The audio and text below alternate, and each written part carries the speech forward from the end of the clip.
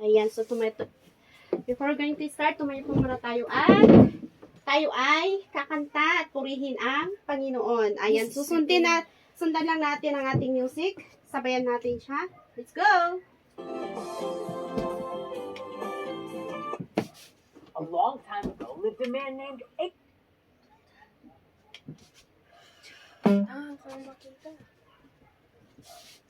Just wait.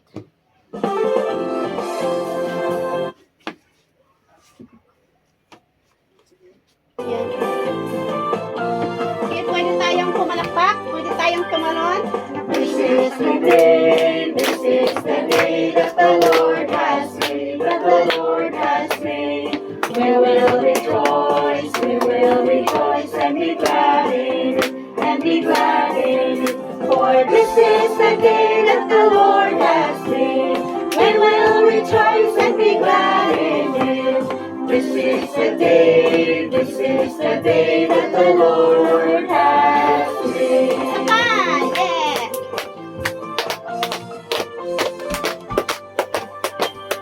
This is the day that the Lord has made, that the Lord has made. We will rejoice and be glad in it, and be glad in it. For this is the day that the Lord has made. We will rejoice and be glad in it. This is the day that the Lord has made. Yeah! Very good. Ayan, so, thank you so much for coming in for this day. Yaman akti pa nag-umayong tatangal daw. But before we're going to start, ayabak mani manong as he will going to lead our opening prayer for this day. Let's bow down our heads. Lord, thank you for this day. Thank you that we are here good and healthy. As we start our Sunday service, Lord, cover us and protect us with your precious blood of the Lamb. Lord, give us open our spiritual heart, spiritual mind, and to understand your word that we will going to listen. Lord, thank you, and this is we pray in the mighty name of Jesus. Amen. Amen. Thank you, Lord. Ayan. So, pwede na po tayong umupo. Ayan. So, bago natin simulan, so gusto ko lang pong magpakilala. Ako si Carla Salvino, ang inyong pastora for today, or yung auntie, sa araw na to, sa oras na to. Ayan. So, every Sunday, ganito ang ating gagawin. Pupunta tayo dito para mag-worship at magpuri sa ating Panginoon. So, tayo po ay magkakaibigan, magkakapatid, at walang mag-away-away. Okay? So, purihin natin ang Panginoon dahil ang Diyos na buhay ay nandito kasama natin. Nasa puso natin ang Panginoon. Kung nasaan man kayo, saan man kayo pupunta, ang Diyos ay nasa puso natin. At siya lagi ang ating kasama at nagpuprotektar sa ating lahat. Ayan, so, at natapos na po ako nagpakilala sa aking pangalan. So, this is your time to introduce also yourself para magkakilala tayong lahat. Kasi ito ang ating second day of Sunday service at ngayon lang po na tayo nagkakakita-kita ulit dito. So, may mga baguhan na dumating sa ating tahanan. So, gusto ko lang po naanyayain ng lahat na magpakilala ang bawat isa. Ayan. So, mauna po muna ang nasa harap. Magpakilala po. Tumayo po muna at ipakilala ang sarili. Ako po si Gisnil Salvino Jr. Very good. Next. Ni Bernard Caballero. Lakasan. Hindi ko narinig. Ni Bernard Caballero. Okay. Thank you. Next. Siya ni Giselle Salvino. Okay. Very good. Next. Siya ni Seth Antulin. Ay, Seth City Antulin. Okay. Very good. Next. Ni Jeremiah D. Cotto. Okay. Thank you very much. And next. Next. Ang Padre de Pamilya. Ayan. So, ayan, maraming salamat sa inyong pagpapakilala sa inyong mga sarili. At ayun, Ayan, so ang gagawin po natin ngayon, mag-share lang po ako ng a little bit word of God para sa ating week na ito, para may kalakasan tayo sa buong week na to. Kailangan natin na kumain ng salita ng Panginoon para may pangpalakas tayo sa buong week na to. Okay? So, ang tatalakayin natin ngayon na Bible verse na aking i-share sa inyo is about, ayan, gusto ko muna i-share itong Bible verse natin para basahin nyo. Ayan, si Kuya muna ang ating pababasahin.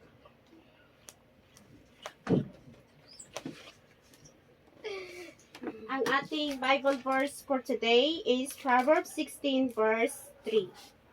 Ayan.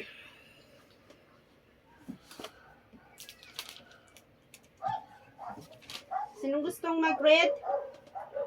Okay, Kuya. Proverbs 16 verse 3.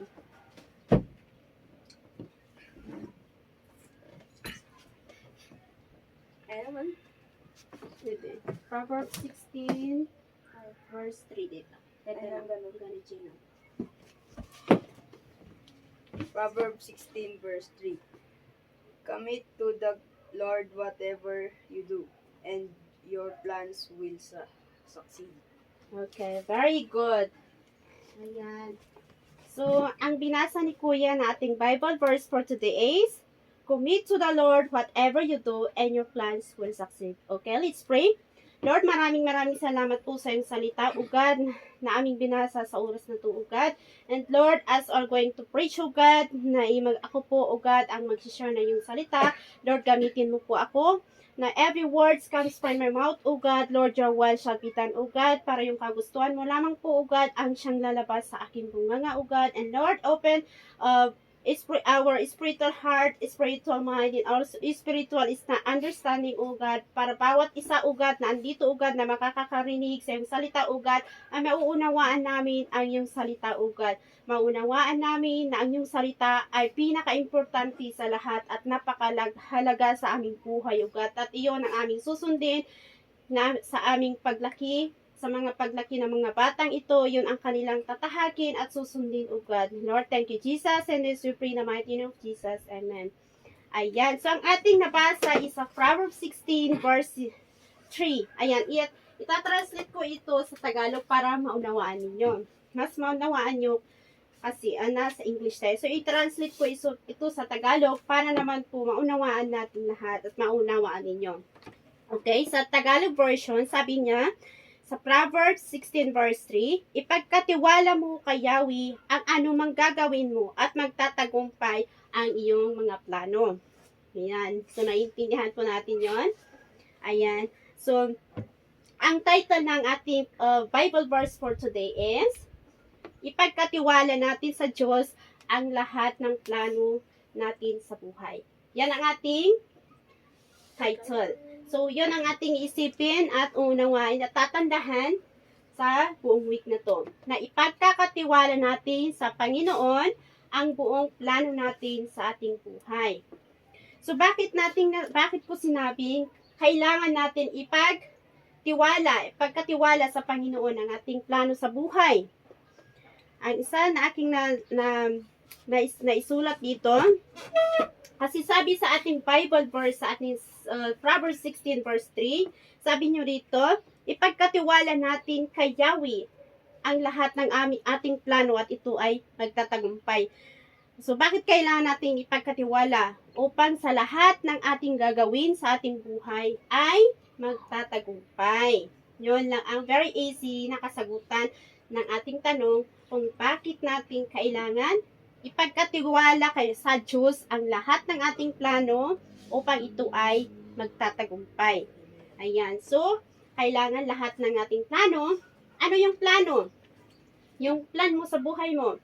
For example, pagkagising mo sa umaga, sino nagpipray dito? Pagkagising sa umaga? Wala? Ayan. So, pagkagising natin sa umaga, tayo po ay magpasalamat sa Panginoon at tayo ay muling binigyan ng buhay. Tayo ay muling nabuhay. magpasalamat tayo dahil sa gabi na tayo ay natulog, pinutiktahan niya tayo. Kaya tayo ay nagising ng buhay. Ayan, so at bago natin lahat gawin ang ating gagawin sa umaga, ipagkatiwala natin sa Kanya at humingi tayo ng protections. Humingi tayo sa Diyos ng protections para lahat ng ating gagawin ay ilayo niya tayo sa mga disgrasya, kapahamakan at sa mga gawain ng kaaway. Lalo na sa inyong mga estudyante, di ba? Bago kayo pumunta sa school, dapat nakapag-pray kayo muna bago pupunta sa school. Katulad ng ginagawa namin ni Kuya at ni Ading Jusnel. Opo. Bago sila pupunta ng school, dapat mag-pray muna. Sabihin sa Panginoon, Lord, protektahan mo po kami sa aming paglabas sa aming bahay. Protektahan mo kami sa aming pagpunta sa school, sa daan, sa loob at sa labas ng aming paaralan at hanggang sa aming pag-uwi sa tahanan namin ito. Na ilayo mo po kami sa mga anumang disgrasya, kapahamakan, sa mga gawain ng kaaway. Ayan, so naintindihan po natin yon na prayer is the key. Ayan, so lahat ng plano natin sa buhay, dapat naipanalangin natin sa Diyos. O ano po yung plano mo ngayon? Ang plano mo ngayon, maglalaro. O, i-pray mo muna kay Lord. Lord, plano ko ngayon maglalaro. Protektahan mo po ako para hindi ako madisgrasya. Ayan, di ba? Pag naglalaro kayo, hindi maiwasan na madidisgrasya or ma-aksidente kayo. Anong nangyari pag naglalaro kayo? Nagtutulakan kayo, di ba? Ayan, so bago kayo maglaro, bago nyo gawin ang isang bagay, mag-pray muna tayo sa Diyos sa ating protections. Yan. Naintindihan po natin ang topic natin ngayon. Amen. Ano yung topic natin ngayon? Ang title natin? Na ipagkatiwala sa Diyos ang lahat ng plano natin sa buhay. Yan ang ating title for today at ating discussion for today. Ayan, so napakahalaga na lahat ng plano natin sa buhay ay i-commit natin sa Lord. Yan. So, thank you for listening our words for today na natatagpuan sa Proverbs 16 verse 3. Ayan, so gusto ko po i-memorize nyo yan sa buong week na to, sa pagbalik natin sa next Sunday. Alam natin, tatanungin ko kayo ano ang ating Bible verse for today. Yan. So, ano ang Bible verse natin for today? Proverbs 16 verse 3. Very good. At anong sabi doon? Oo. Ipagkatiwala natin, or sa English para mas mabilis. Commit to the Lord whatever you do, and your plans will be succeed. Okay, yun lang.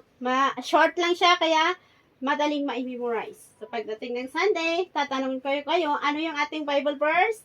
Sasabihin ang buong verse. Okay? Ayan. So, thank you sa inyo at tayo po ay manalangin. Pag-pray natin ang ating natanggap na salita ng Panginoon. So, Lord, thank you, Jesus, sa aming naipahagi sa oras na to.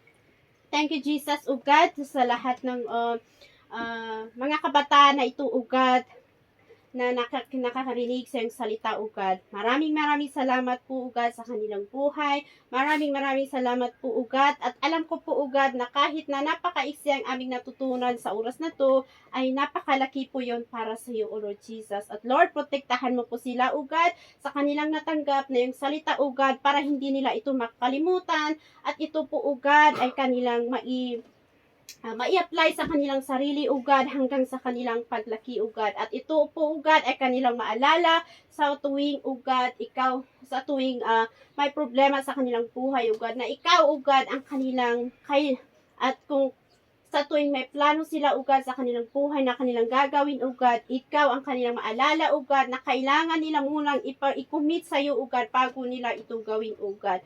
At Lord, thank you, Jesus, for this children, O God, na yung ginala dito sa aming tahanan, O God, sa iyong tahanan, O God. God, Lord, maraming salamat. And Lord, I apply the blood of Jesus to them, O God.